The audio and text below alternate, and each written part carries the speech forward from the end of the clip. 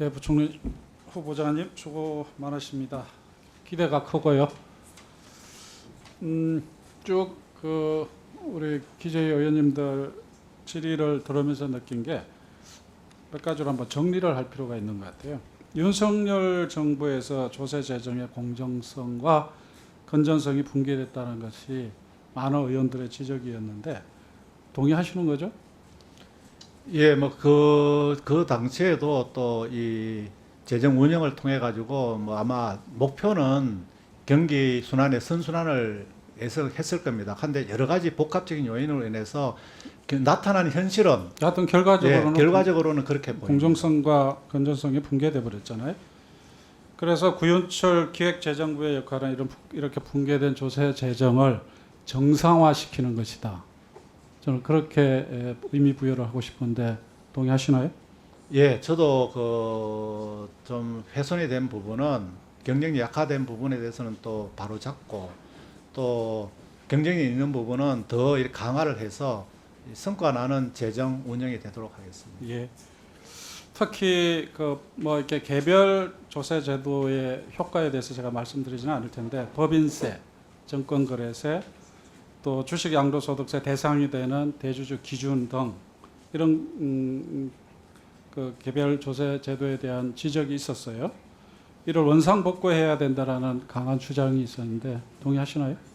제가 장관으로 취임한다면은 종합적으로 살펴보도록 하겠습니다. 예. 그리고 당연히 그 검토 결과는 내년도 세제 개편안에 포함이 돼야 되는 거죠. 예.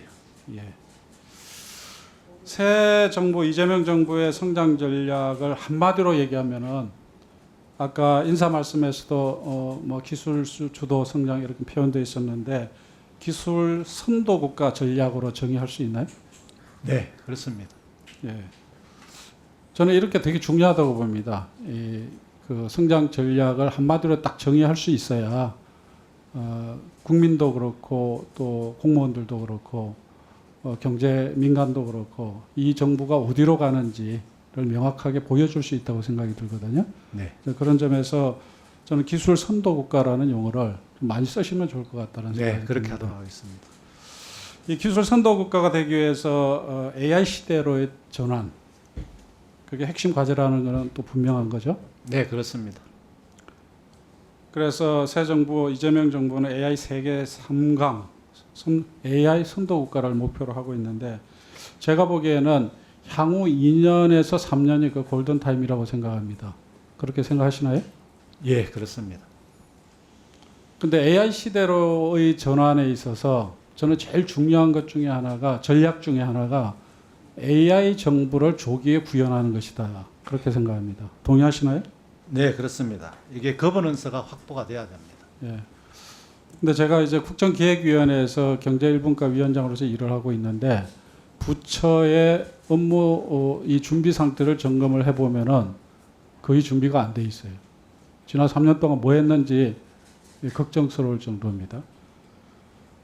이 지금 정부가 각 부처가 AI 정부로 전환을 하는 데 있어서 필요한 법적인 절차들이 있을 거예요. 네. 우선 ISP 그러니까 정부와 전략 계획을 수립을 해야 되는 게 있고 필요하면 또 예비 타당성 조사도 거쳐야 되잖아요. 이거 다 거치다가는 2, 3년 그냥 후딱 지나가 버릴 것 같아요. 결국 정말 AI 시대로의 대전환, 모두의 AI 시대를 만들려면은 정부가 가장 앞서서 나가야 되는데 이 2, 3년을 이런 절차를 지키다가 시간을 다 낭비할 가능성이 있는데 뭔가 이게 대책을 세워야 되는 거 아니에요? 예, 지금 AI 발전 속도가 너무 빠르기 때문에요. 그래서 어쨌거나 하여튼 이 AI 기술 개발이라든지 AI 대전환에 있어서 거기에서 저해가 되는 규제가 조금이라도 불합리하다고 하면은 좀 대폭 개선해서 아니, 저는 뭐 일반 민간 기업에 대한 또는 비즈니스에 대한 규제를 얘기하는 게 아니라 네, 정부 내부도 정부가 그렇게 전환하는 데 있어서 네. 뭐 예비 타당성 조사 이런 것도 거쳐야 되거나 네. 뭐 이렇게 하면은 그거 하는데 벌써 2년 3년이 지나갈 거라는 거죠. 네. 뭔가 특단의 조치가 필요하다. 네. 그런 생각에서 걱정해서 제가 부총리 후보자께 네. 그러면 그거에 대한 고민을 깊이 해야 된다. 네, 예를 알겠습니다. 들면은 전면적인 예타 면제 이런 것까지 포함해서 대책을 만들어야 된다. 예를 들면은 국세청이 엄청난 데이터를 공적 데이터를 가지고 있는데 그 데이터를 가지고 AI 국세 행정으로 전환하는 데 있어서 지금 엄청 걱정을 하고 있어요. 그런 절차들이 때문에 당장 어떻게 전환할지에 대해서 고민이 깊더라고요. 그리고 실제로 어저께도 그저께 이제 국세청장 후보한테 질의했을 때 현재 AI 관련 예산이 겨우 2억 8천인가 밖에 없어요. 그러니까 이런 부분에 대해서 기재부가 AI 정보로 전환하는 데 있어서 각 부처의 준비 상태를 면밀하게 점검해서 네. 필요한 조치들을 해줘야 된다는 네. 예산과 그 다음에 어떤 절차상에 있어서 지원을 해줘야 된다는 걸 제가 말씀드립니다. 네, 네. 과감히 지원하도록 하겠습니다. 예. 그리고 한 가지 또 제가 궁금한 게 있는데 인사 말씀 중에 경제 안보라는 용어가 없더라고요. 통상협상이라는 용어는 있는데 경제 안보라는 용어가 없어요. 그런데 지금 대통령실에 제3차장 안보실 제3차장이 경제 안보를 담당을 해요. 네. 윤석열 정부에서도 경제 안보가 있을까요? 근데 신임 부총리 후보자님의 인사 말씀에서 경제 안보라는 용어가 없어서 이 경제 안보에 대한 기재부의 생각이 너무 좀 안이한 게 아니냐 그런 좀 걱정이 들었습니다. 예, 왜냐면 그렇지는 않고요. 저희들도 이 사실은 경제 따로 안보 따로 뭐 이게 없습니다. 그래서 모든 게 융합해서 경제 안보 쪽도 저희들이 신경을 쓰는데 제가 아마 거기다 조금 이렇게 용어가 누락된 점이 있지만은 결코 그런다고 해서 소홀히 하거나 또 그런 부분에 관심이 없지는 않다는 말씀을 드리겠습니다. 제가 왜 말씀을 드리냐면은 이 보통 이제 일반적으로 대화를 해보면은 경제 안보의 개념을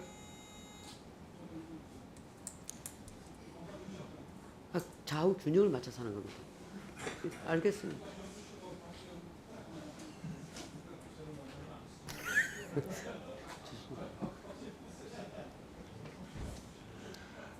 나중에 그래서 30초만.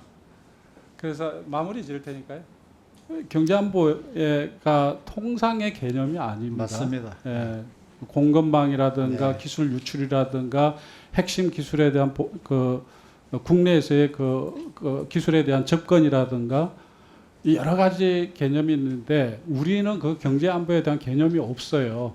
일본은 이미 경제안보법까지 만들어서 하고 있는데 우리 경제 규모로 보면은 기술력을 보면은 이 부분에 대해서 저는 일반적인 통상의 개념이 아니라 네. 특별한 관심이 필요하다고 생각이 들어서 말씀을 드린 겁니다. 예, 의원님 말씀을 유념해서 특별하게 경제 안보에 대해서 제가 관심을 가지고 많이 챙기도록 하겠습니다.